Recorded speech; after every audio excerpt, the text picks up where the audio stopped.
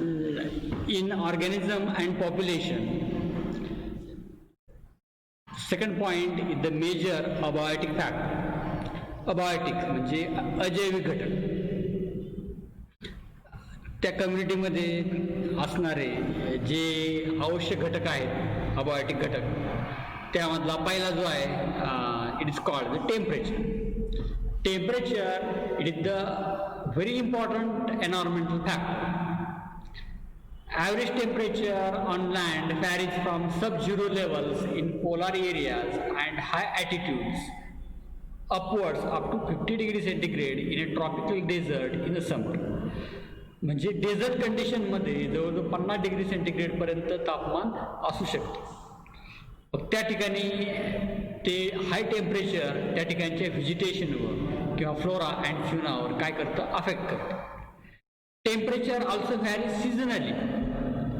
सीझननुसार टेम्परेचर कमी जास्त टेम्परेचर म्हणजे जसं आपल्याकडं सीझन आहेत 3, उन्हाळा, हिवाळा, पावसाळा. मी the temperature are also vary seasonally and it decreases progressively from the equator toward the poles and from the plains to form the mountain top. इक्वेटरपासून त्याच्या ते माउंटन टॉपपर्यंत temperature this one is the variable.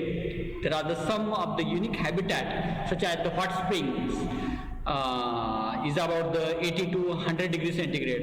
Hot spring म्हणजे गरम पाण्याचा झरा जो आहे तो.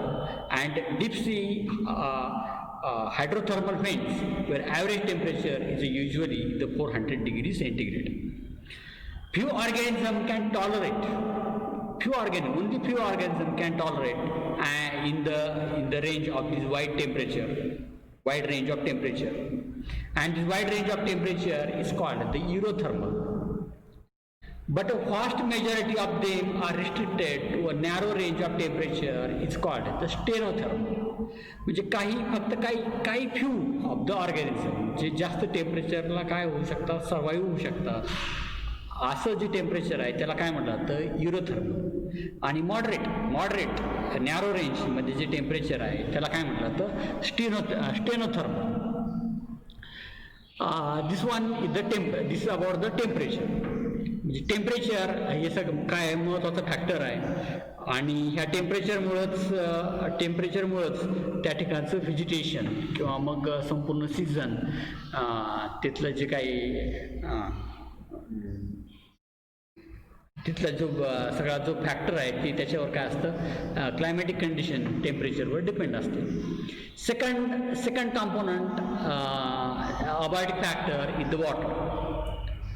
Availability of water is an important factor affecting the organism. As we all know, on the earth originated in water, its availability is so limited in a desert that only special adaptation are required to survive there. म्हणजे याच्यामध्ये पाण्याची फार काय असते, स्कॅरॅसिटी असते, कमतरता असते dessert कंडिशनमध्ये. मग त्या ठिकाणी असणारे काय प्लांट आणि ॲनिमल जे आहेत त्यांना त्या भोवताच्या परिस्थितीनुसार काय करून घ्यावं लागतं, स्वतःला अडॉप्ट करून घ्यावं लागतं. With water is a very essential factor. The productivity and distribution of plants are also heavily dependent of water. Organisms living in water bodies such as the ocean, lakes and rivers have their own water related problems. For aquatic organisms, the chemical composition and pH of water are important. म्हणजे aquatic organism जे आहे त्यामध्ये असणारं जे काही chemical composition आहे किंवा pH जो आहे, these are the important factors. The dissolved salt concentration is less than 5 ppt in fresh waters of streams, lakes and rivers, and 30 to 35 ppt in the seas and the ocean. It may go up to the 100 ppt in some hypersaline lagoons. Some organisms are tolerate for wide range of salinity. This one is the specific term is called the eurohaline, but others are restricted to a narrow range are called as the stenohaline. Many freshwater animals cannot live for long in seawater and vice versa. याच्यामध्ये water हा सगळ्यात काय, water हा सुद्धा काय खूप महत्त्वाचा factor आहे याच्यामध्ये अबायोटिक फॅक्टर्समध्ये ऑर्गॅनिझम सर्वाईव्हसाठी. याच्यामध्ये the productivity and distribution of plants are depend on water. म्हणजे त्याची प्रोडक्टिव्हिटी आणि डिस्ट्रीब्युशन प्लांटचं. उदाहरणार्थ ग्रासलँडमध्ये किंवा डेझर्टमध्ये पुष्कळ त्या कम्युनिटीमध्ये खूप काय फरक आहे. जे depend on the water, all of these are the water is a very necessary thing. मग आता याच्यामध्ये असणारे ओशियन्स, लेक्स किंवा रिव्हर्स, त्या ओन वॉटर रिलेटेड प्रॉब्लेम्स. याच्यामध्ये मग त्याचं ॲक्वॅटिक ऑर्गॅनिझम जे आहे त्यासाठी chemical composition and pH of water are the important. मग ज्याच्यामध्ये जास्त सॅलिनिटी आहे, फ्रेश वॉटर कोणाला म्हणायचं की 5 ppt सॉल्ट कॉन्सन्ट्रेशन 5 ppt मध्ये असेल. म्हणजे फ्रेश वॉटरमध्ये उदाहरणार्थ लेक्स आणि रिव्हर्समध्ये, किंवा 30 to 35 ppt in seas and the ocean. किंवा मग काही ठिकाणी 100 ppt इन सम हायपरसलाईन लगून्स. याच्यामध्ये सुद्धा म्हणजे त्या गोड्या पाण्यामध्ये आढळणारे, खाऱ्या पाण्यामध्ये आढळणारे, किंवा उदाहरणार्थ आपण घ्यायचं झालं तर फ्रेश वॉटरमध्ये समजा आता कोणता फिश आढळतो, रोहू. पण तोच लेक अँड रिव्हर तो सी आणि ओशनमध्ये आढळत नाही, समुद्रामध्ये आढळत नाही. तिथं कोणता तिथं जे आहे तिथलं जे काही फिश पॉप्युलेशन आहे ते कसं आहे, गोड्या पाण्यापेक्षा वेगळंच असेल. Mean depending on the salt concentration there vegetation is also the dependent. Wide रेंजच्या सॅलिनिटीला काय म्हणायचं, युरोहालाईन. आणि नॅरो रेंजच्या सॅलिनिटीला काय म्हणायचं, स्टेनोहालाईन. म्हणजे many fresh water fishes cannot live for the long in sea water because of the salinity. म्हणजे हे काय झालं, वॉटरच्या संदर्भामध्ये पाड झालं. Then third factor, important factor is the soil. म्हणजे सुपीक जर जमीन असेल तर त्या ठिकाणी प्रोडक्शन जास्त असतं. किंवा त्या भागामध्ये किंवा nature, depending on the type and nature of soil is different in a different environmental condition. The characteristics of soil are composition, grain size, percolation, water holding capacity, pH, mineral composition, and topography determine the type of vegetation of area. It determine the types of animals. तर सॉईलचं असणारं composition, grain size म्हणजे ती मातीची जी त्याची ती size जी आहे, percolation, water holding capacity, पाणी धरून ठेवण्याची क्षमता, त्याचा सॉईलचा pH, मिनरल कॉम्पोजिशन, त्याची topography, all of this factor are the determine the types of animals. These abiotic factors are determine the types of habitat, also show the diurnal and the seasonal variation in organism. The organism must adapt to these changes to survive and flourish in this condition. During evolution, many species have evolved by adapting the changes in their internal biochemical and physiological functions. The organism try to maintain the constancy of internal environment, that is, it is called as the homeostasis. In changing external environmental condition, they survive and flourish. म्हणजे organism जो आहे तो आपलं जे काही temperature आहे, आतमधली जी काही environmental condition आहे, आतमधल्या जे काही ज्या थिंग्स आहेत त्या नेहमी कॉन्स्टंट ठेवण्याचा प्रयत्न करतो. जरी काय असेल, चेंजिंग एन्व्हायरमेंटल कंडिशन असेल तरी सुद्धा तो सर्वाईव्ह होण्याचा काय करतो, प्रयत्न करतो. These are called as the homeostasis. Mean these are the try to maintain the constancy of internal environment in changing external environmental condition. They are the survive and flourish. They are of the these are of the some type. In with the first type is the regulator. Some organisms are able to maintain homeostasis by physiological and behavioral changes which ensure the constant body temperature. Constant body temperature means it is called as the thermoregulation. Constant osmotic concentration means it is called as the osmoregulation. For example, in the all mammals and the birds.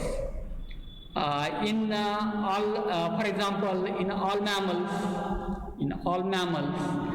here for example, in the human being, the body is about survive in a very high temperature up to the 48 to 49 degrees centigrade also. Means the sweating takes place. This process is called thermoregulation. Constant osmotic concentration means the osmoregulation. Kidney play important role for the osmoregulation. Means they are the maintain the salt and the ion balance. Means these are called the regulator.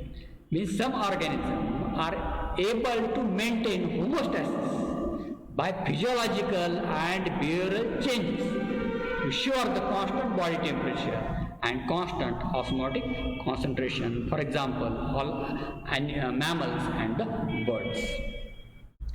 Then second point is the conform. In conformers or the conform, most of the plants and animals cannot maintain a constant homeostasis. Their body temperature changes with external temperature. Changes with the external temperature. In aquatic, for example, in aquatic animals, the osmotic concentration of body changes with external osmotic concentration, and these are called as the simply conformers. Some species have the ability to regulate within a limit range of environmental condition beyond which they simply conform.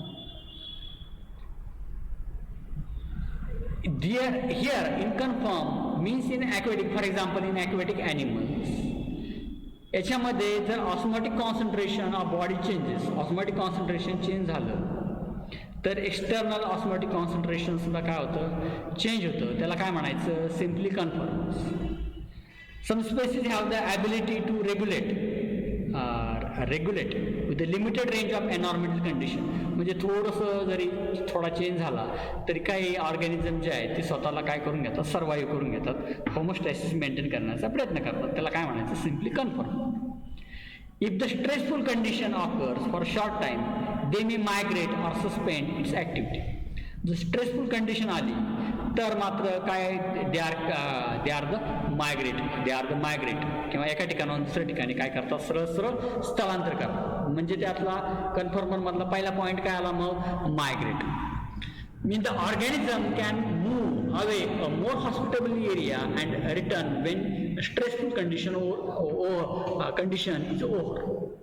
म्हणजे आता याच्यामध्ये Siberian क्रेनचं आपल्याला example देता येईल.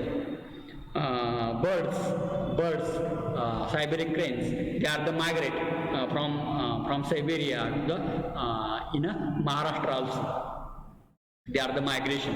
Means they are the move, or they migrate, can move away a more hospitable area and return. After that they are returned to the stressful condition.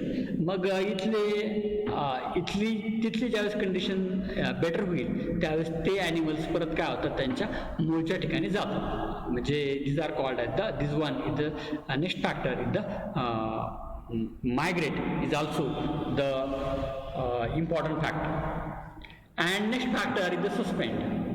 In plants, seeds serve as means to tide over period of stress. They germinate to form new plants under favorable condition. They do so by reducing their metabolic activity and going into a state of dormancy. In animals who are unable to migrate may go into hibernation or estivation. For example, the polar bear in the winter, snails and some fishes in the summer.